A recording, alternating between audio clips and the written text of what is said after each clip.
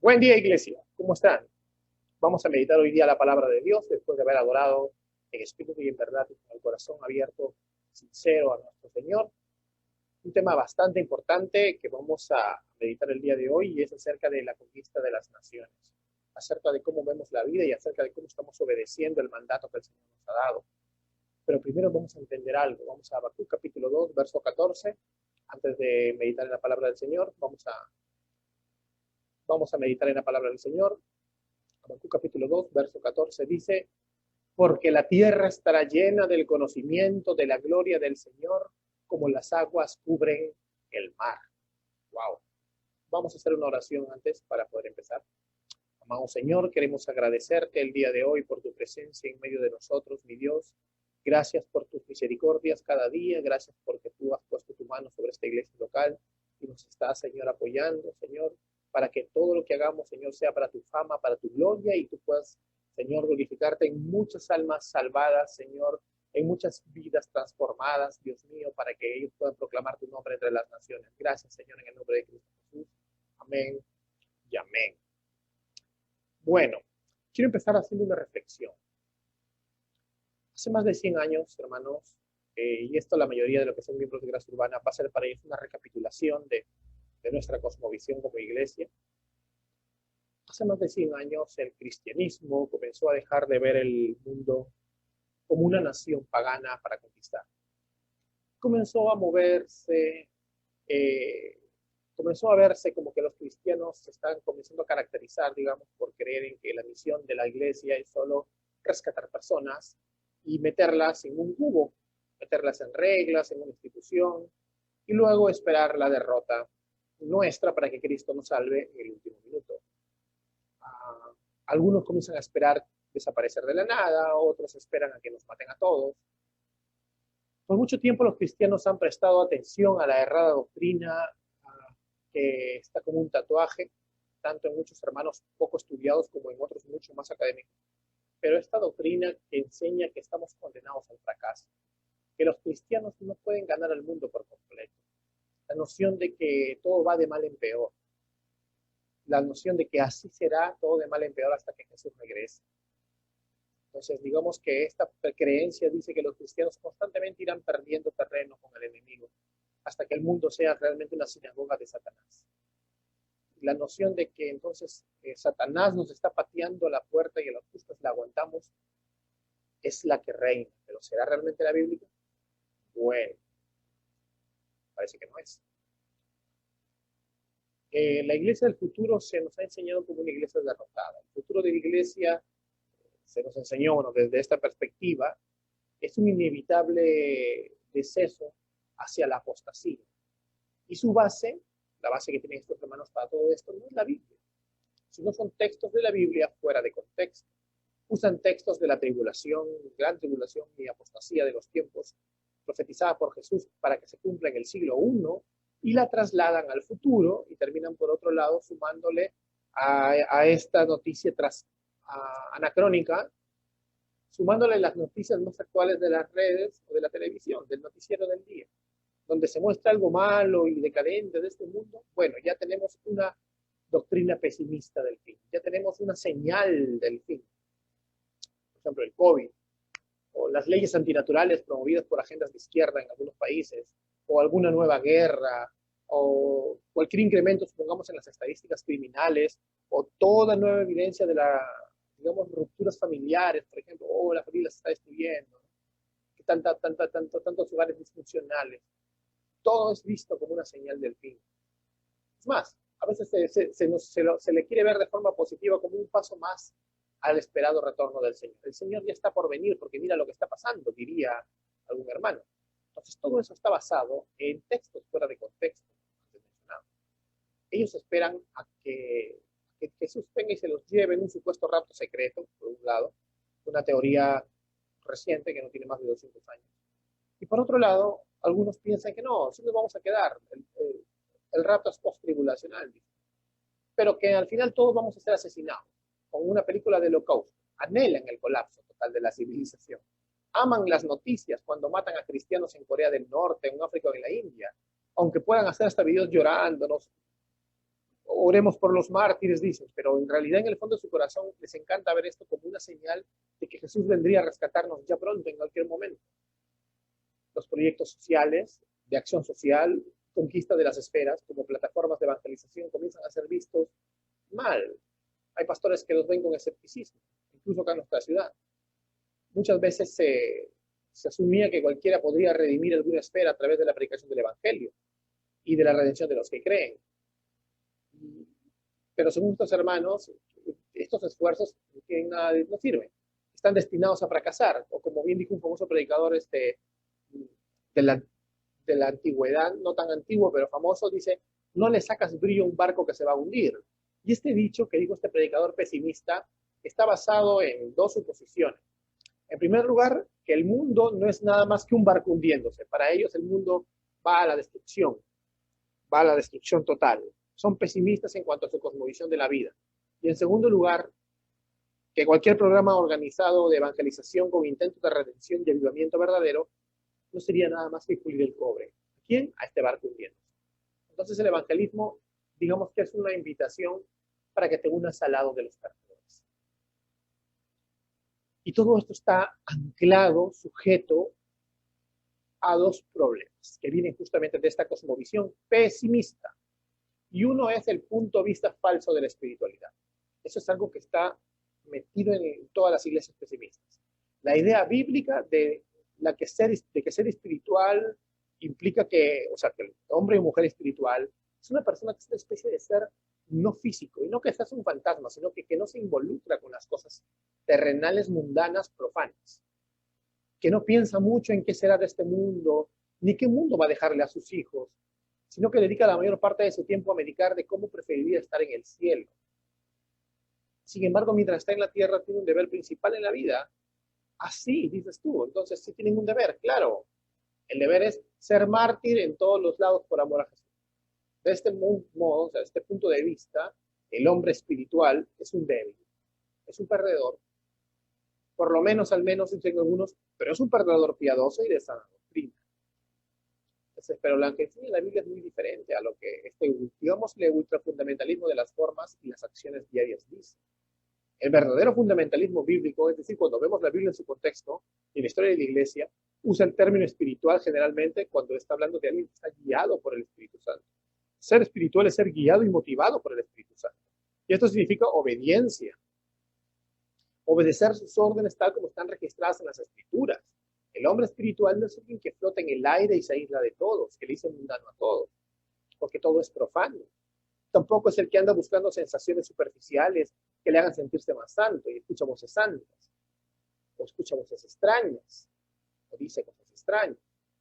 El hombre espiritual verdadero es un hombre que hace lo que dice la Biblia. Entonces, esto significa de que se supone que debemos involucrarnos en la vida.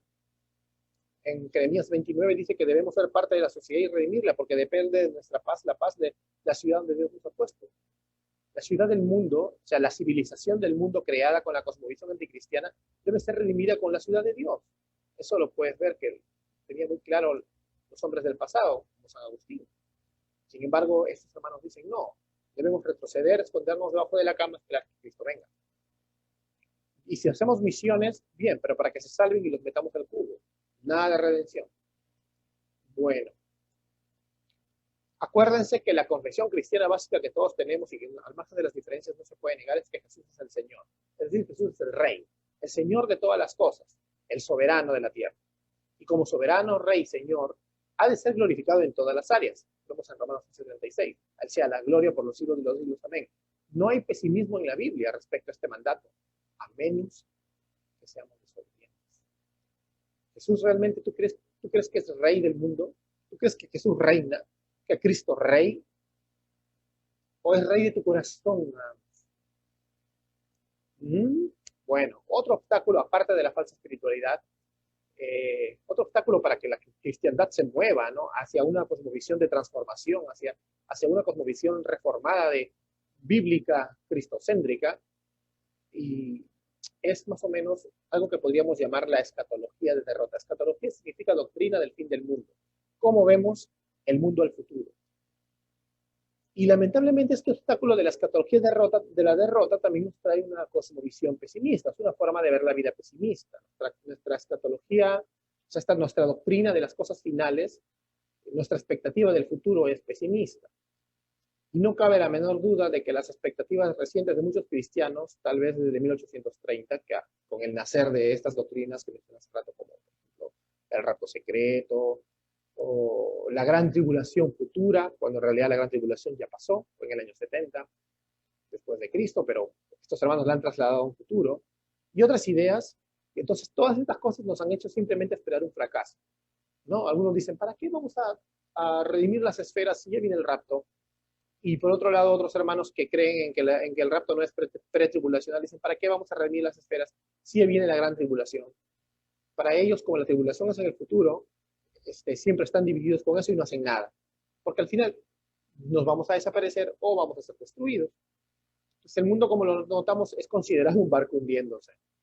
Tanto gente de la postura que cree en el rapto secreto, que te vas a desaparecer y que para eso a lo mejor no hacemos nada, que se le llama postura dispensacionalista.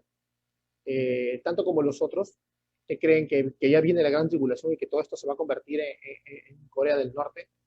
Entonces, no hacen nada por el futuro ya. Ahora, eso sí hay que dejar en claro, ningún cristiano serio y ortodoxo cree en la derrota final. Todos los cristianos saben que la voluntad de Dios será la victoria sobre el diablo. Pero mientras no venga Cristo, está la diferencia. Mientras no venga Cristo, en el tiempo y en la historia de la iglesia, para estos hermanos pesimistas, la cristiandad pierde siempre. La iglesia siempre pierde. Así digan ellos, no, la iglesia prevalecerá. Sí, prevalece siendo derrotada siempre. Sí, siendo derrotada, pero rescatando individualmente por ahí gente. Eso es lo que creen ellos. El mundo para ellos cada vez se pone peor. El anticristo creen que es una persona que está por llegar. El diablo está rigiendo el mundo y volviéndose más poderoso. Te sacan algunos textos fuera de contexto donde le dan prácticamente la soberanía al diablo. Tu trabajo para Dios en este mundo no servirá de mucho, ya que no va a durar, excepto, como te digo, para salvar a algunos individuos. Pero lo mejor es que lo hagas pronto, te dicen, ¿no? Porque antes de que venga la gran tribulación, para que puedas escapar a tiempo. Irónicamente, el mensaje involuntario de esta cosmovisión es, el anticristo está llegando. Hay algo terriblemente mal, hermanos. Lo que estoy diciendo realmente es, no hagamos nada. Hermanos, la escatología de la derrota, que la tienen muchos hermanos piadosos que van a estar en el cielo, está igual errada. Y está igual errada que la anterior, que el punto de vista falso de la espiritualidad. Ambos nos llevan a escondernos, a desobedecer a Cristo, en cuanto a que nosotros debemos ser una ciudad en medio de una colina, arriba de una colina. Una luz no se esconde, se pone delante de todos para que ilumine, no se pone debajo de la cama. Y eso es lo que nos está pasando, lamentablemente, ¿no? Esto es lo que nos está pasando. Esta mentalidad, esta cosmovisión nos lleva a aislarnos, a dejar que tomen sitio los no creyentes, y que el anticristo de nuestra época, porque hay una cosmovisión anticristiana del mundo toda hace 2000 años, tome terreno, y luego dirán estos hermanos, pero mira cómo está el mundo. Pues claro, el mundo está precisamente así porque andamos escondidos, creyéndonos los espirituales, o esperando que nos maten a todos, o esperando desaparecer como en las películas. Pero esto es el mundo, no como dicen las películas. Y por eso está así la humanidad. Porque nuestra escatología de derrota es así. No porque la escatología de derrota sea bíblica, sino que nosotros estamos autocondenándonos. Al no hacer nada, el anticristo avanza y luego, como el anticristo avanzó, decimos, ya ven, estamos condenados a la derrota. Nosotros tenemos la culpa de las consecuencias de todo lo que estamos haciendo. Somos desobedientes. Dios nos ha dejado en la cola. El Deuteronomio 28 es un mandato a una generación también. Debíamos ser cabeza, aunque yo sé que algunos lo usan mal. Nos ha dejado en la cola. En lugar de un mensaje de derrota, la Biblia nos da esperanza, tanto en este mundo como en el venidero. La Biblia nos da una escatología de conquista, una escatología de victoria. Y esto no es el tipo de optimismo idealista, ¿no? Que dice, todo se va a resolver igual, o el dominio mal usado por algunos hermanos que utilizan la teología del dominio, que es bíblica, pero la usan mal, como diciendo, donde pongas la planta de tus pies será tuyo y serás el empresario del año. Hermanos, esto es basura. Estamos hablando del mandato de obediencia real del Deuteronomio 28 que ha seguido la historia de la iglesia para el pueblo del pacto. Y esta generación tiene en el mundo un pueblo dentro del pacto con Dios. Al margen de las diferencias en doctrina no fundamental, tenemos un deber y será demandado que obedecimos.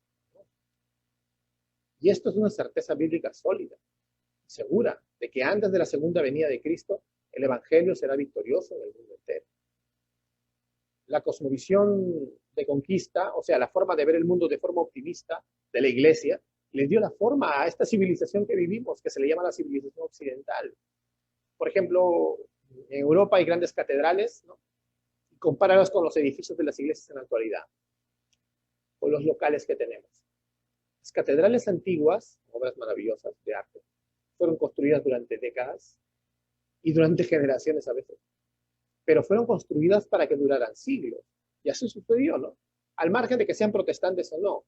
Nadie en esos tiempos pasados pensaba en el fin del mundo rápido, salvo los supersticiosos. Los teólogos más maduros siempre pensaban en la conquista progresiva de la tierra y el destino manifiesto de la iglesia, la victoria, y construir la ciudad de Dios en obediencia al mandato. Pero las iglesias modernas evangélicas normalmente son construidas para que duren a lo máximo una generación, no tienen confesiones de fe, no piensan qué va a ser del futuro. No te hablo ahora solamente del edificio, sino de construir una eclesiología sólida. ¿Qué esperas que venga después? ¿Que se disuelva cuando tú mueras? ¿Estás solamente viviendo, pastor, si me escuchas, o pastores, una iglesia solamente para mientras tú vivas? No estás dejando un legado. No digo que le heredes el puesto a tu hijo, eso tampoco está bien, sino que no estás dejando un legado realmente eclesiástico sólido. ¿Sabes por qué no? Porque no esperamos estar aquí por el tiempo suficiente para aprovecharlo. O sea, no te imaginas a tus bisnietos adorando en esta iglesia. Piensas que ya viene Cristo pronto. O sea, por ejemplo, dedicamos a nuestros hijos, pero muchos los dedican y no los incluyen en el pacto. Otros dicen, no, yo le enseño la Biblia, pero ya mi hijo, ¿quién decidirá?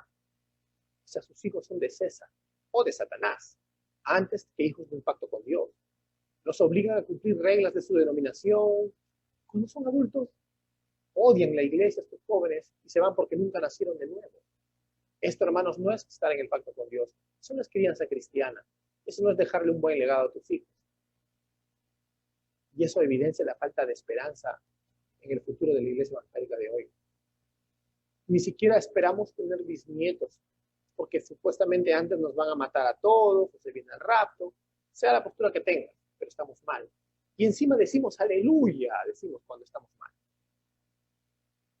Y esto nadie me va a dejar mentir. Si hacemos una encuesta a la mayoría de creyentes, incluso de nuestra línea reformada, la mayoría diría que no se imagina tener descendientes que vivan dentro de 500 años, porque seguro ya vino el Señor, o ya nos mataron a todos. Sin embargo, para los cristianos de las generaciones anteriores, los protestantes de toda la vida, la idea de que las generaciones futuras se beneficiarían de sus esfuerzos no era extraña. Ellos construían teología, iglesia y físicamente incluso templos para las generaciones venideras. Todo el surgimiento de esta civilización que ahora, en la cual tú y yo hemos nacido, la civilización occidental, la ciencia, la tecnología, la medicina, las artes, la política, las leyes, el sistema jurídico, la libre empresa, la alfabetización o el incremento de la productividad de cada uno de nosotros, un creciente estándar en la vida de estatus elevado de la mujer, que eso es importante también. Es atribuible a un factor interesante, que Occidente ha sido transformado por el cristianismo. Tú sabes que ahora nosotros vivimos bajo una moral cristiana, aunque la quieran desaparecer. Es verdad, la transformación todavía no está completa, todavía hay muchas batallas por delante. El pecado todavía está metido en todas las esferas del corazón de las personas en esta sociedad, pero el punto es este, que aunque la civilización cristiana incipiente todavía está ahí, Dios ha hecho llover sus bendiciones ya. Además que el optimismo cristiano no pretende construir el cielo en la tierra, sino que quiere conquistar la tierra con el Evangelio. Entonces muchos cristianos no se dan cuenta de eso. Hace tiempo salió un predicador argentino que es bastante criticado, que a veces ha tenido algunas disparatadas declaraciones y disparatados sermones y cosas, pero en algo sí estoy de acuerdo, que él hizo una crítica, bien por la crítica, mal por la burla, porque uno no debe burlarse, pero imitó a otro conocido evangelista muy famoso, que incluso Dios lo ha usado poderosamente, un evangelista puertorriqueño, ya se imaginarán quién es, que era bastante apasionado y a veces decía cosas sin sentido, que él le llamaba don de lengua. Pero el problema con este evangelista puertorriqueño era que el centro de su cosmovisión era el rapto secreto y que todo es del diablo. Entonces, ¿qué pasaba? Toda casi la generación que fue criada evangélicamente por la influencia de este evangelista, porque la verdad fue uno de los más grandes evangelistas, como decía este predicador argentino, terminó castrada. Terminaron siendo una generación castrada que les decían, no estudies porque Cristo viene. No hagas esto porque Cristo viene. ¿Para qué te vas a casar si ya Cristo viene? Un montón de cosas que los frustraron. Y no está mal que esperemos el retorno triunfante de nuestro Señor. Puede venir en cualquier momento, como puede venir dentro de 500 años. La cosa es comenzar a trabajar como sabiendo que Él viene, pero también, como decía Juan Calvino, si viene el Señor, me va a encontrar plantando manzanos. Para que un manzano dé fruto demora más o menos 10 años. 3 años en crecer y 10 años en dar fruto. Significaba que Él estaba consciente y feliz de que viniera, pero también sabiendo de que hay un futuro por delante, si es que el Señor todavía no viene. Entonces hay que seguir trabajando por ese futuro. Y si el Señor viene, que nos encuentre trabajando, pues. No pasaba eso con esta generación pesimista. Para ellos, Cristo viene, no hagas nada, solamente evangeliza. Y lo peor es que cuando evangelizas, metes a gente al cubo. Nada de transformación social. Piensa las grandes canciones evangélicas y cristianas de la historia, los grandes signos de la fe antiguos, fueron escritos con una letra bastante optimista, bastante fuerte. Por ejemplo, Martín Lutero, Castillo Fuerte es nuestro Dios, o Isaac Watts. Isaac Watts tenía un libro que se llamaba Jesús reinará por donde quiera que el sol hace sus sucesivos recorridos. O sea, esto significaba de que para Watts Jesús iba a reinar en todas las esferas, donde quiera que te metas, ¿no? Entonces, no sé, es verdad, ¿no? O sea, ¿crees? O sea, no sé, yo conozco hermanos, ¿no? Que tienen una mentalidad pesimista, pero en sus predicas dicen, si estamos en victoria, la victoria de la iglesia, Jesús nos está llevando de victoria en victoria. ¿Tú crees de verdad que estás en victoria en victoria? Pero realmente, bíblicamente, ¿crees que estás de victoria en victoria? ¿Crees realmente que hasta que todo el mundo sea vencido, Cristo es en realidad el Señor? ¿Tú crees realmente esto? Esto es lo que la iglesia ha creído históricamente. Esta es la razón por la que lo cantaban estas siglas. ¿No? O sea, esta cosmovisión no es de ahora, siempre ha sido así. Las reflexiones, incluso si tú ves los primeros siglos, los padres de la iglesia. Por ejemplo, Atanasio en su escrito sobre la encarnación tiene expectativas muy francas del triunfo de Cristo sobre el mundo a través del Evangelio. Atanasio y cristianos de su época creían, o sea, de ese tiempo creían firmemente en la conquista, no querían estar bajo su cama. Otra cosa, por ejemplo, los salmos están, o sea, no puedes escapar, no están orientados al reino y a la conquista. Estos están llenos de victoria y de dominio de los santos. Nos recuerdan constantemente la batalla entre Dios para destruir el mal, nos llevan a pelearnos a nosotros contra las fuerzas del mal. Cuando la iglesia cantaba los salmos, o sea, no solamente pequeñas porciones, ¿no? Sino los salmos exhaustivamente metrificados, era fuerte, era una iglesia saludable, y no podía ser detenida. Esa es la razón por la que el diablo ha intentado impedir que cantemos los salmos. Por un extremo los olvidaron, por otro extremo se volvieron radicales y dicen que solo debes cantar los salmos con un salterio, el salterio de Ginebra, que es muy bueno, excelente, ¿no? Pero no es así tampoco. Si debemos tomar nosotros la escatología de conquista, debemos ser maduros, pero también debemos reformar la iglesia. Y un aspecto crucial es también eso, la reforma en la adoración. ¿Qué canciones, qué música tienes en tu iglesia? Los salmos, yo creo que nunca deben ser olvidados. Los Salmos 22, 27, por ejemplo, que tengo la cita, dice, y todas las familias de las naciones adorarán delante de ti. ¿Tú realmente crees que todas las familias y las naciones van a adorar delante de Dios? Todas. Son unos poquitos. Después también, por ejemplo, en el Salmo 47, verso 1, 3, que incluso le han hecho una canción a algunos hermanos pentecostales, pueblos todos, batid las manos, aclamar a Dios con voz de júbilo, ¿no? O sea, pueblos todos, todos los tipos, todas las naciones de la tierra, todas las naciones que están debajo de nuestros pies, dice, porque el Señor es el Altísimo, es temible, Rey, acuérdate, Rey grande sobre la tierra, sobre toda la tierra, dice. Y Él someterá a los pueblos debajo de nosotros. Es una promesa, ¿o no lo crees? Someter a los pueblos es solamente salvar 3 chinitos, 2 árabes, un sueco, ¿eso es someter los pueblos? ¿Eso es para ti someter los pueblos? No, él someterá a todos los pueblos, a todos. Como dice el Salmo 66:4, toda la tierra te adorará y cantará, toda la tierra. O sea, hermanos, no podemos nosotros limitar a la palabra de Dios y convertirlo en el cristianismo que tenemos ahora, en el cristianismo del rescate, en un arca, ¿no? En un arca y después se cierra el arca y solamente se salvaron 5 gatos. El problema entonces de esta escatología es que marca una gran diferencia en el hacer de la iglesia. ¿Te das cuenta?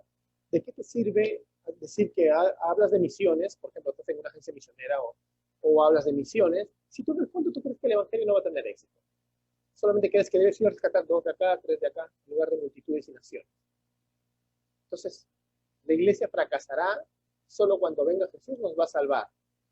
O sea, digamos que nosotros estamos condenados a ser aniquilados, no hay victoria para nosotros. Cuando venga Jesús nos va a salvar. O sea, hablas de misiones, pero tú crees que el cristianismo no tendrá éxito en su tarea mundial.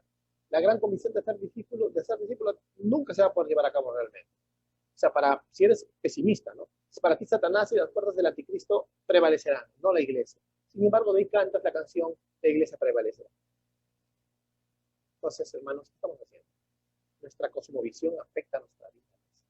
Notarás que los más pesimistas generalmente se convierten en los más legalistas y más miedosos y más conservadores de las formas. Sea la denominación que sea la postura escatológica que tenga. Bien, vamos a ver un punto que es el mandato cultural. ¿Cómo empezamos a entender la conquista de las naciones? Vamos a este punto que se llama el mandato cultural. En Génesis capítulo 1, verso 28, que lo voy a leer de la Biblia de las Américas, dice: y los bendijo Dios y les dijo: sed fecundos y multiplicaos y llenad la tierra y sojuzgadla, ejerced dominio sobre los peces del mar, sobre las aves del cielo y sobre todo ser viviente que se mueva sobre la tierra. Bien, comenzamos con la creación del mundo y con Dios, el creador, ¿no? Porque el primer hecho que se debe captar es este, ¿no? La renovación de la creación así elaborada por el mismo verbo, o sea, la transformación de la creación es elaborada por el mismo verbo que crea la tierra en un principio. Eso también lo dice Atanasio en su libro La Encarnación. Dice: no hay ninguna inconsistencia, dice Atanasio, entre la creación y la salvación. A ver, acá tengo la cita. No hay ninguna inconsistencia entre la creación y la salvación, porque el Padre ha empleado el mismo agente para ambas obras, efectuando la salvación del mundo por medio del mismo verbo que la creó al principio. Bien. Si vamos a estudiar Génesis, por ejemplo, la historia del Edén, contiene 3 ideas básicas, conceptos que nos conforman repetidamente al estudiar la Biblia. Es la creación, la caída y la redención. Justamente, acá lo tengo, les recomiendo este libro acerca de ese tema, la creación recuperada, de Adam Wolters, se dice. Este es un libro muy bueno acerca de ese tipo. Hay 3 grandes bloques en este libro, que es justamente la creación, la caída y la redención. Y al desarrollar estas ideas, a través de la historia de la salvación, vamos a ver imágenes y acciones familiares que reaparecen, patrones que comienzan a tomar forma así, hasta que el libro realmente responde lo que enfoca la Biblia acerca de este tiempo. Uno de los temas básicos entonces es que el propósito original de Dios no se pierde. Y a eso le llamamos el mandato cultural. Aunque el hombre ha caído, todavía es imagen de Dios, aunque ahora es una imagen totalmente deteriorada. Él ha perdido, digamos, como dice Romanos 3, ¿no? Su cobertura original, la que era la gloria de Dios, ¿no? Ahora estamos totalmente fuera de la gloria de Dios. Pero la imagen de Dios permanece hasta cierto punto, todos los humanos. Ahora, eso sí, como repetimos, esta imagen ha quedado defectuosa, deteriorada, torcida, desfigurada y rota, destrozada por el pecado. Y la tierra de la cual se había planeado que se convertiría, digamos, en un huerto templo, porque Dios crea al universo como su templo y al hombre como su imagen, en vez de convertirlo en esto, se ha convertido en un desierto de espinas. Se ha convertido en un desierto donde el hombre tiene que trabajar, sudarla para conseguir su comida, que lo contamina y finalmente muere. Pero el hombre fue expulsado del huerto y se le prohibió volver a entrar. O sea, fue expulsado de esa dimensión. Pero eso no es el fin de la historia. El mismo día que Dios pronuncia su juicio sobre Adán, también pronuncia una salvación. Y aquí está el patrón. Cuando nosotros somos salvados, en consecuencia, cuando nosotros somos salvados, la salvación restaura al hombre a ese llamado principal, o sea, el llamado que tuvimos en ese tiempo. Dios restaura al hombre a ese llamado y al propósito original que tenía. Y garantiza ese mandato original del hombre, que es ejercer señorío sobre toda la tierra, bajo autoridad, ejercer dominio, dice la Biblia, ¿no? Bajo la autoridad de Dios y se cumplirá. Mira, te voy a leer una cita ya. Acá tengo de un teólogo llamado Cornelius Vantil, en su libro Una introducción a la teología sistemática. Vamos a leer en la página 133. Dice, acá está. Dice, revelación redentora de Dios tiene que ser tan abarcante como lo había sido el pecado. En la naturaleza del caso, la redención debía ser para el mundo entero. Esto no quiere decir que debía salvar a cada pecador individual del mundo. Sin embargo, sí significa que el universo creado, que lo ha sido en una sola unidad, también debe ser salvado como una unidad. Como vemos en Colosenses capítulo 1, del 18 al 19 al 20. A fin de cuentas, la salvación bíblica revierte la maldición y revierte las condiciones edénicas, repara las relaciones personales y sociales y bendice la tierra en todas las áreas. La tierra entera será salva y recreada en el huerto de Dios, porque la tierra será llena del conocimiento de Jehová como las aguas cubren el mar. Isaías 19, lo mismo que vimos en la Biblia. Que la tierra sea llena del conocimiento de Dios no quiere decir que solamente va a haber 3 chinos, 2 árabes que van a conocer a Dios, ya van a tener una relación con Él, sino que toda la tierra va a ser salvada. Va a haber un momento en el que toda la tierra va a ser cristianizada. Es sorprendente que muchos teólogos de renombre, hermanos que estudian formalmente incluso, y otros que dicen conocer sana doctrina histórica, no estarían de acuerdo con el cristianismo histórico, no estarían de acuerdo con Atanasio, ni con Lutero, ni con Calvino, y tampoco estarían de acuerdo con los puritanos, y tampoco con Vantil, que tanto lo deben citar. El pueblo de Dios, cuando es salvo, sigue en el huerto. Digamos que todos aquellos, o sea, que el pueblo de Dios siempre estuvo en el huerto. O sea, entendamos algo. ¿Qué es el reino, no? El reino de Dios. A ver, el reino de Dios es el pueblo de Dios, o sea, las personas, en el lugar de Dios, bajo el gobierno y la bendición de Dios. Eso está en clase 1 de teología bíblica para los que estudian teología. El pueblo de Dios es, el reino de Dios es el pueblo de Dios en el lugar de Dios, bajo el gobierno y la bendición de Dios. Entonces, Dios bendice a su pueblo donde quiera que estén, y aún lo va a hacer. Hemos vuelto al Edén. Por eso debemos vivir para la eternidad. Debemos tener los lentes del cielo nuevo y la tierra nueva desde ya. Adán perdió su herencia legítima de legislador del mundo cuando se rebeló contra Dios, pero Cristo recuperó esa corona, aunque le fue puesta una corona de espinas. Con esa corona de espinas, Cristo recupera su trono. Y en él, los que el postre de Adán siendo él, los que son parte del pueblo de Dios entran al pacto con Dios y recuperan esa corona. Entonces el ministerio de Jesús restauró la herencia a su pueblo. Anuncia este ministerio mundial del rey y de conquista, basado en la predicación del Evangelio, claro. Basado en la redención de los que creen a través de la predicación del Evangelio. Entonces los cristianos tenemos el deber, no la sugerencia, de retomar el trabajo que han perdido. No de predicar el Evangelio para salvar personas individuales y meterte debajo de tu cama. El mandato de sojuzgar la tierra, reproducirte, está ahí. No me vengas que no, a mí Dios no me llamó para casarme nunca, o no, ¿para qué vamos a administrar las esferas si ya viene el rapto? No, estás desobedeciendo totalmente. A ti te han dicho que te reproduzcas y conquistes. Y ese es el punto 2, cosmovisión de conquista. Y a mucha gente que asume la cosmovisión de conquista como una especie de, esto es algo raro, ¿no? Pero como una especie de agenda, o como un programa, ¿no? Pero vamos a decir una cosa, como acabamos de decirlo. La cosmovisión optimista es eso, una cosmovisión, en una forma bíblica, cristocéntrica y obediente de obedecer la Biblia, de vivir la vida. Es eso, una forma bíblica de vivir la vida. Nuestra cultura tiene problemas porque está basada en la voluntad autónoma y pecadora del hombre. Eso es lo malo. Y sabemos que la rebelión contra Dios en cualquier área de la vida, como en el área del pensamiento, no funciona, nunca va a funcionar. Cuando el hombre se rebela contra Dios, va a tener problemas y vamos a perder esa corona que Jesús ha ganado. Cuando el hombre se rebela contra Dios, va a fracasar. Y lo vemos en nuestra propia vida particular, te has dado cuenta, cada vez que tú haces las cosas a tu manera, sale mal. A pesar que al principio puedes hasta parecer tener victoria, pero tú crees que hay felicidad y victoria en Cristo, no te vas a salir con la tuya. Y ahora también lo vemos en torno a nuestro creciente sistema de fallas, ¿no? Cuando lo vemos ya no solamente como personas individuales, sino que lo vemos como cultura, como sociedad, que estamos fritos, ¿no? Ahora, la alternativa contraria a este fracaso cultural es la obediencia al mandato cultural, que termina en una reconstrucción de ideas, una reconstrucción de prácticas y una reconstrucción de instituciones fracasadas, o sea, de toda una ciudad de Dios, perdón, de una ciudad del hombre fracasada a una ciudad de Dios. Es una reconstrucción cristiana. ¿Y para qué? Para que nosotros tengamos que refundar la civilización sobre las bases más sólidas. De la reconstrucción tienen que empezar con reconstruir nuestra cosmovisión, reconstruir nuestra forma de ver la vida con la palabra, ¿no? La reconstrucción de nuestra cosmovisión comienza con las escrituras. O sea, nuestra base de pensamiento, fe y acción, nosotros mismos reconstruyendo nuestro pensamiento, nosotros mismos reconstruyendo nuestra relación, nosotros mismos reconstruyendo nuestra responsabilidad para con Dios, es volviendo a las escrituras en su contexto.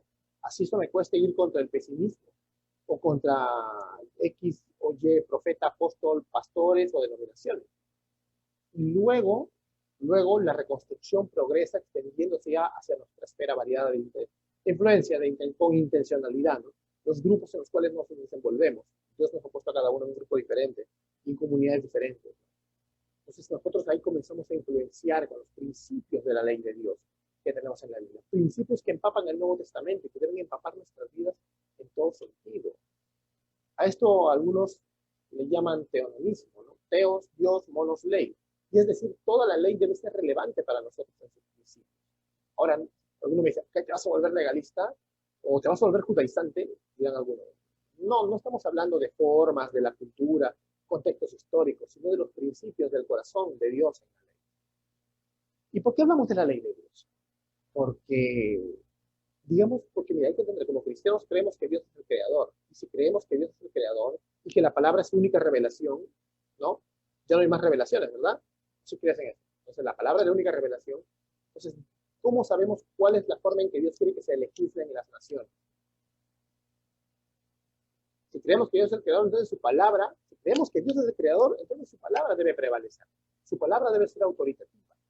Si Dios verdaderamente es el creador, entonces Él es la autoridad en todas las áreas de la vida.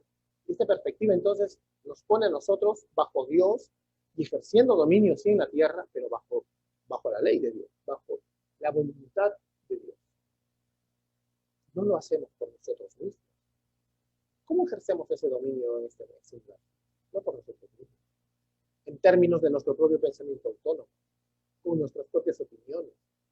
Eso sería repetir el pecado de Abel, de querer ser como Dios conociendo el bien y el mal por nosotros mismos. No, hermanos. Cuando Jesús dio la gran comisión de Mateo, por ejemplo, Él declaró crecer todo en el cielo y en la tierra. Y es por ello que estamos enviados a predicar y enseñar todas las cosas como súbditos suyos, bajo su ley. Nosotros estamos bajo un rey. Nosotros estamos bajo un rey. Nosotros estamos en un pacto con un rey. Y se cumplen sus reglas. Las reglas son buenas. Las reglas son buenas para ti. Nuestra redención incluye que llegamos a ser, como dice la Escritura, nuevas criaturas en Cristo. Que rechacemos el viejo hombre. Este viejo hombre que odia las reglas de Dios y lleguemos a ser nuevas criaturas. Dios quiere obediencia para ti. Dios quiere que seas obediente. A Dios no le importa nada más eso. No le importa tus sacrificios, todo lo que quieras hacer, si no fueras obediente, tan solo que fueras obediente a lo que Él ha mandado, ya ha mandado.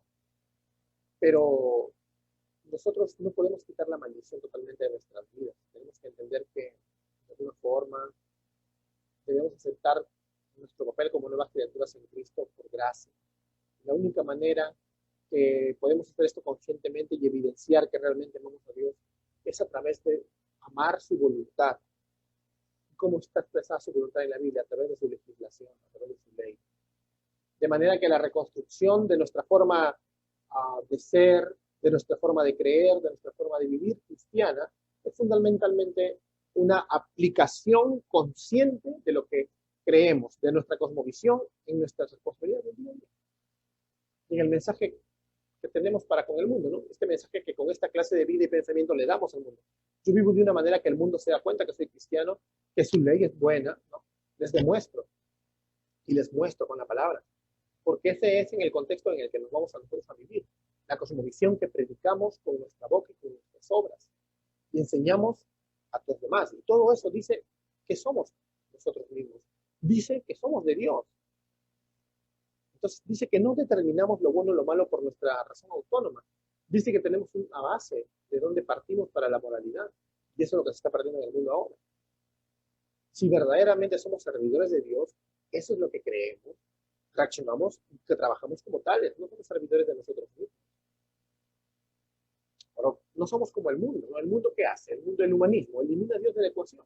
Cuando se elimina a Dios de la creación, entonces el hombre se convierte en el ser más importante, como dice Manuel Kant, dice todos antropocéntricamente. El hombre es un ser autónomo que debe y puede crear su propia moralidad, ¿sí? Y aún su propia forma de defender el cristianismo para que se agrade a otros autónomos, como vemos en varios círculos religiosos, evangélicos y católicos. El contraste es entre la teonomía, eso vamos a comparar, entre la teonomía, es decir, entre la palabra autoritativa de Dios como punto de partida, y la humanista, y el humanismo, que es la palabra autónoma, autoritativa del hombre que parte de sí mismo. Presupones y construyes partes de las escrituras o partes de tu razón autónoma. Entonces, la reforma de nuestra cosmovisión cristiana comienza observando a Dios como soberano y al hombre como caído, de manera que todo esto implica la doctrina de que realmente quiénes somos nosotros y quién es Dios. Como diría Jesús en una conferencia, el peor error que cometen cristianos a veces es no entender quién es Dios y quiénes somos nosotros. La reconstrucción de nuestra cosmovisión no sucede mediante la espiritualidad subjetiva, ni preguntándonos cuál es lo más espiritual que puedo hacer para agradar a Dios. Lo más espiritual es aquello que Dios espera ya de su ley de ti. Conoce. Es la única forma de que avancemos al reino. Este punto 3 es acerca del reino. ¿Cómo conquistaremos la tierra? Avanzando el reino. Avanzando el reino. Como vimos antes, ¿no? El reino es el pueblo de Dios, la iglesia, en lugar de Dios, bajo el gobierno y la bendición de Dios. El Nuevo Testamento algunas veces nos presenta el reino limitándolo a la iglesia, o sea, a los herederos del reino. Mira, ¿ahí queda todo? No. Otra vez se lo presenta como el gobierno y reinado de Dios también sobre el mundo entero.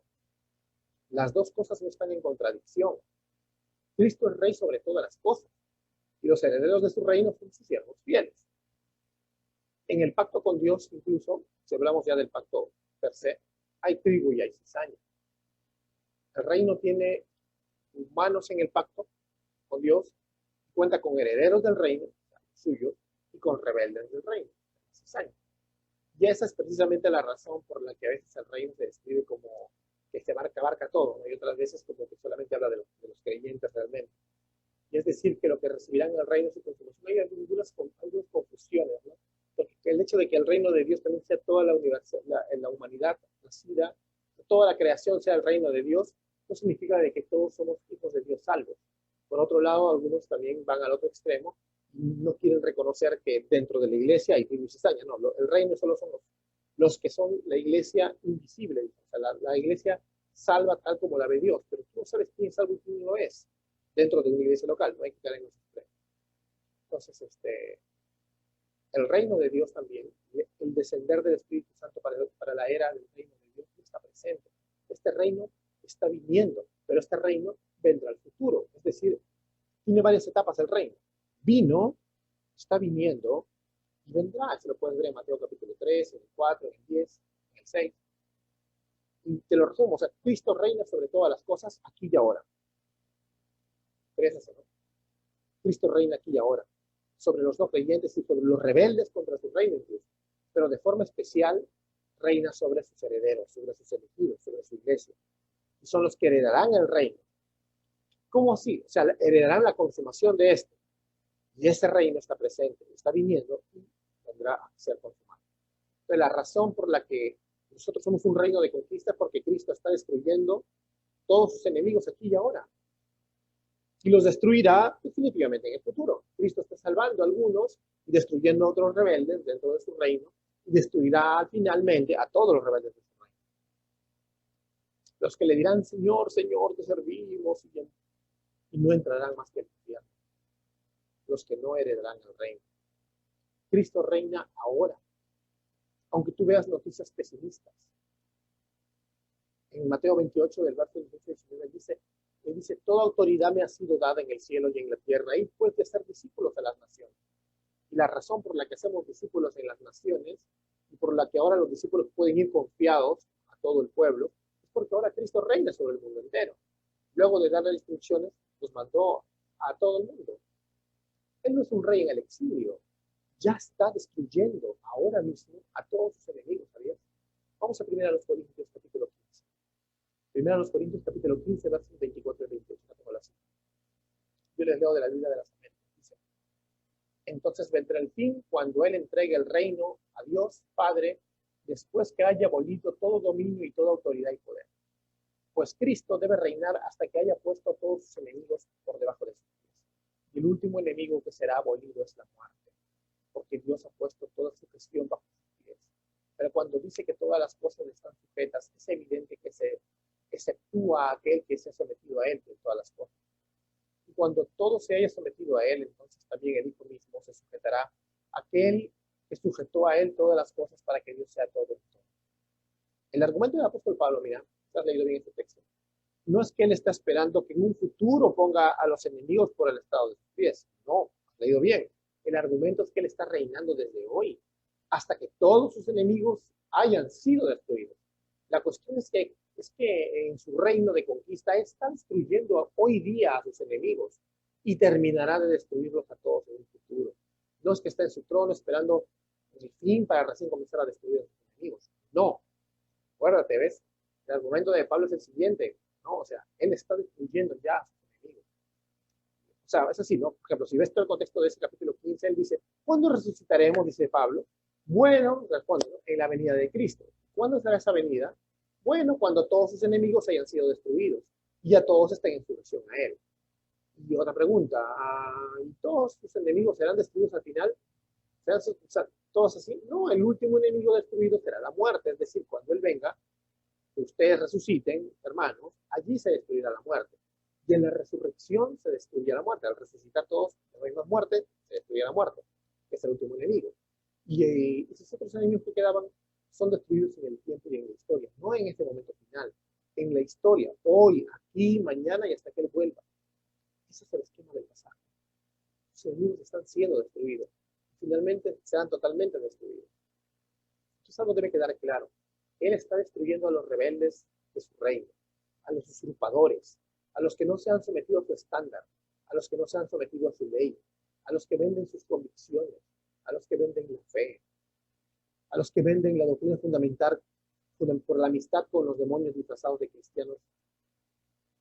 Y la verdad también va a destruir a la cosmovisión anticristiana de este mundo, poniendo su reino por encima de sus falsos reinos.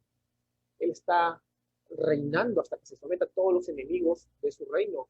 Es cierto que se nos habla del reino de las tinieblas también. Y este reino de las tinieblas no es un reino aparte, independizado del reino de Dios. Dios es el reino de todo. No hay nada que se le escape. El reino de las tinieblas es una rebelión cósmica dentro de su reino. Cuando una persona se arrepiente, pasa de esa rebelión, de la desobediencia, de la oscuridad, de la enemistad con Dios, a ser una parte sujeta a obediente y en paz con ese reino, ¿no? Entonces, cuando vemos esto ya de Corintios acerca del reino y del triunfo del Señor, ya ahora, el triunfo de la iglesia, ya ahora, esto es más claro cuando estudiamos el pasaje, por ejemplo, en Salmo 111, donde dice el Señor a mi Señor, siéntate a mi diestra hasta que ponga a tus enemigos por estrado de tus pies. Este es un salmo de David. David está viendo la entronización de Cristo hasta que se haya puesto todos sus enemigos por estrado de sus pies. Pero estas palabras se dicen de David. Miren, primero de Reyes, capítulo 5, verso 3 dice, tú sabes que mi padre David no pudo edificar una casa al nombre del Señor, su Dios, a causa de las guerras en que se vio envuelto, hasta que el Señor puso sus enemigos bajo las plantas de sus pies. Esto es así porque David sometió a todos sus enemigos. Vemos en 2 Samuel capítulo 8. Todas las naciones que David sometió y que se mencionaban en este pasaje eran naciones que vivían dentro y alrededor de la tierra, o sea, de la tierra prometida que el pueblo de Israel habitaba. David fue el único que pudo someter a todos sus enemigos, ¿sabías? Que anteriormente la generación de Josué incluso no pudo. Tenemos este hecho, estas mismas palabras se dicen de David, que conquistó a todos sus enemigos progresivamente. El reino de David se caracterizó por ser un reino de conquista, pero no recordemos que David es solo una sombra, es un tipo del verdadero rey, es un tipo del verdadero conquistador. Y así como David conquistó progresivamente hasta el final a sus enemigos, Cristo está también ahora mismo conquistando desde ya, conquistó antes, conquista ahora, conquistará mañana y finalmente a todos sus enemigos. ¿Amén? Bien. Entonces hay que dejar claro que el Cristo está en el trono y la entronización de Cristo no es otra cosa más que el gobierno de la conquista. el reino de la conquista. Cuando Cristo fue entronizado, comenzó su conquista. Se nos dice que está reinando sobre sus enemigos. En Efesios capítulo 1 vemos que él está sentado en lugares celestiales. También dice en el verso 20, ahora tengo la cita, dice, la cual operó en Cristo, resucitándole de los muertos y sentándole a su diestra en los lugares celestiales, sobre todo principado y autoridad y poder y señorío, y sobre todo nombre que se nombra, no solo en este siglo, sino también en el venidero, y se metió todas las cosas bajo sus pies, y lo dio por cabeza sobre todas las cosas a la iglesia. Bien, Efesios capítulo 1, verso 20. Y el mismo Pablo nos garantiza que no solo está reinando sobre ellos como los Efesios, sino que Cristo reinará hasta que los oprima. El verso 24 del texto que leímos hace rato, es decir, de primero a los Corintios dice, luego el fin, cuando entregue el reino de Dios al Padre, cuando haya suprimido todo dominio, toda autoridad y toda potencia. Bien, vamos a concluir, vamos a terminar. Primero, no solamente los que se someten hacen parte de su reino. Todos los hombres, estén sometidos o no, hacen parte de su reino. Nadie puede escapar, sino que eres un heredero del reino o eres un hijo del reino. Los que están sometidos son los herederos. Los que no están sometidos al rey son los hijos del maligno que recibirán su juicio. La parábola de los labradores malvados, por ejemplo, en Mateo 21, nos muestra que se le quitará a Israel la administración exclusiva del reino. Ahí podemos ver que los judíos hacían parte de la administración exclusiva durante siglos y no se sometían a él. En todas las épocas de Israel había gente que se sometía a Dios y gente que no. Y por eso él no era rey de los que se sometían nada más. Él seguía siendo el rey de todos. Por tanto, de los que no hacen parte de su reino únicamente y también de los que lo heredan. Tenemos que comenzar a dejar de pensar y vivir como si fuésemos parte de una especie de subcultura mártir. Tenemos que dejar de desobedecer a Dios. Ya vimos todo el mandato que tenemos. Debemos dejar de desobedecer a Dios y tumbarnos las puertas del Hades. No sé en qué momento el mandato del Señor, cuando Él dice que nosotros vamos a triunfar, que nosotros somos su iglesia y que las puertas del Hades no prevalecerán. No sé en qué momento comenzó a cambiar, en lugar de interpretarse, como una vez les dije en otro sermón, como lo que vemos en la Biblia, que es el Hades, una ciudad fortificada con una puerta que está siendo tumbada, que está siendo ya a punto de caer por el embate de las fuerzas de la iglesia. ¿En qué momento se convirtió que es Satanás el que nos está tumbando la puerta a nosotros? ¿En qué momento? En el siglo XX, con las posturas pesimistas que hablamos al principio de este sermón. Estamos nosotros, hermanos, a punto de ser una de las generaciones más desobedientes de la historia. Cuando en realidad estamos destinados como iglesia y todas las generaciones a conquistar la tierra, al señorío, junto con Cristo. Por tanto, deberíamos actuar en consecuencia. Sea nuestra generación o las venideras, la tierra será conquistada. Así que no coloquemos coloquemos más bien los peldaños para esta victoria de la mano de nuestro Señor y gran Rey, Cristo. Nuestras vidas y nuestra fe deben reflejar esperanza de dominio y de conquista. No debemos vernos nosotros mismos o acá de iglesia con un pequeño avance solitario temporal, pero que al final será derrotado por el oscuro mundo y su cosmovisión anticristiana porque ya viene el fin. Ese pesimismo es dar pésimo testimonio de piedad, de obediencia, y lo peor es que estamos dando un mal testimonio de quién es Dios. Es Satanás el que está huyendo. Es el anticristo, el hombre de pecado, es el que será destruido para siempre con la espada que sale de la boca de Dios. La rebelión de Satanás y de los que están condenados por sus propias decisiones a odiar a Dios, el Hades, el que no soporta más, ellos son los que están dando de manotazos de ahogado, a través de tratar incluso de cambiar la realidad, ¿no? Usando la política, cosmovisiones anticristianas ofensivas, normalizando el pecado, que no le queda mucho tiempo y están condenados a la extinción. Esta generación está así rodeada por el mal porque fue desobediente. Entonces, cuando tú ves el mundo mal ahorita, es porque hemos sido desobedientes. Hace más que 100 años comenzamos a predicar el fin del mundo de las novelas fatalistas del siglo XIX y actualmente el de las películas del siglo XX y XXI, y no la victoria de la iglesia que está en la Biblia hace más de 2000 años. Y después decimos, debe ser verdad, ¿no? Ser pesimista, si todo está mal, mira a tu alrededor. Claro, como te repito, primero construyes un mundo caído por desobediencia y luego dices, pero mira, todo está caído. La Biblia te dice, mírame a mí, dice Dios, no mires otras cosas. Dios te dice, mira lo que conquistó la iglesia 2000 años, deja de mirar la evidencia pagana de la desobediencia. Al fin de cuentas, el cristianismo es la cultura dominante. Ahora el cristianismo, en medio de todo esto, sigue siendo la cultura dominante, predeterminada a ser la religión final y universal, antes de la segunda y final venida de Cristo. La fe cristiana, trinitaria, histórica y verdadera llenará la tierra, como las aguas cubren el mar, como está en nuestro texto. Si ves, el cristianismo le está dando de forma a toda la historia mundial. Por eso es que los anticristianos o la política de izquierda anticristiana y otros anticristos basados en el ateísmo se desesperan por desaparecer la cultura de Occidente, la familia, la iglesia. Hasta quieren cambiar el mismo cristianismo, ¿no? Con teologías falsas, progres, ¿no? Como la teología de la liberación, queers y otras de las rarezas no bíblicas. Pero si confiamos en Él, si obedecemos, nos unimos en esta obediencia, así el más ortodoxo doctor en teología de este mundo sea pesimista y nos quiera hacer retroceder a sus cuevas, dejémoslo de lado y avancemos juntos. Al final en el cielo estos hermanos ya no serán pesimistas, pero nosotros que estamos despertando a esta nueva generación de fe optimista, histórica, bíblica, será imposible que si nosotros obedecemos, fracasemos. Porque al final así nos maten a todos en esta generación. La iglesia prevalecerá realmente. Vivamos o muramos, nada detendrá la iglesia. Ahora, para terminar finalmente otra vez, ¿puede Dios salvar a toda una generación en el mundo?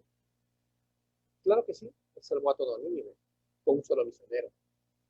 ¿Y a nosotros qué es eso? Amamos la doctrina de la predestinación, pero a nosotros, pues, ¿a nosotros qué nos importa si Él ha determinado predestinar a toda la generación de una ciudad, país o época del mundo?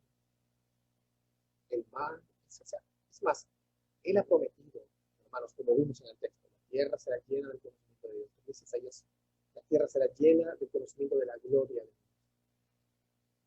Lo conocerán, es decir, tendrán una relación con Él. Un día, todas las naciones le servirán. El destino manifiesto de la iglesia es la conquista de las naciones. Y el destino de tu corazón debe ser ese. Voy a vivir para ser parte de esta conquista, para ser un verdadero guerrero de Cristo y ser parte de esta cosmovisión. ¿Amén? Que Dios nos ayude en esta misión. Seamos optimistas, porque sabemos que tenemos una espada poderosa, una espada que realmente transforma y da vida, que es poder de Dios para salvación. Vamos a ver. No, Señor, gracias por permitirnos ser parte de esta generación llena de pruebas, porque en medio de la angustia y en medio de la prueba viene el despertarse. Te agradecemos, Señor, por tu misericordia, te agradecemos también porque tú pones en nuestro corazón, Señor, saber que tú eres poderoso, Señor, que durante toda la historia tú has salvado a tu iglesia, tú me has rescatado, y esta no va a ser la excepción. Así que permite, Señor, que en la abundancia o en la escasez, que en la victoria temporal o en la derrota temporal, nosotros sepamos que ya tenemos la victoria principal, que tú ya venciste, Señor, que estamos aquí por ti y seguiremos aquí por ti. Gracias, mi Dios, en el nombre de Cristo Jesús.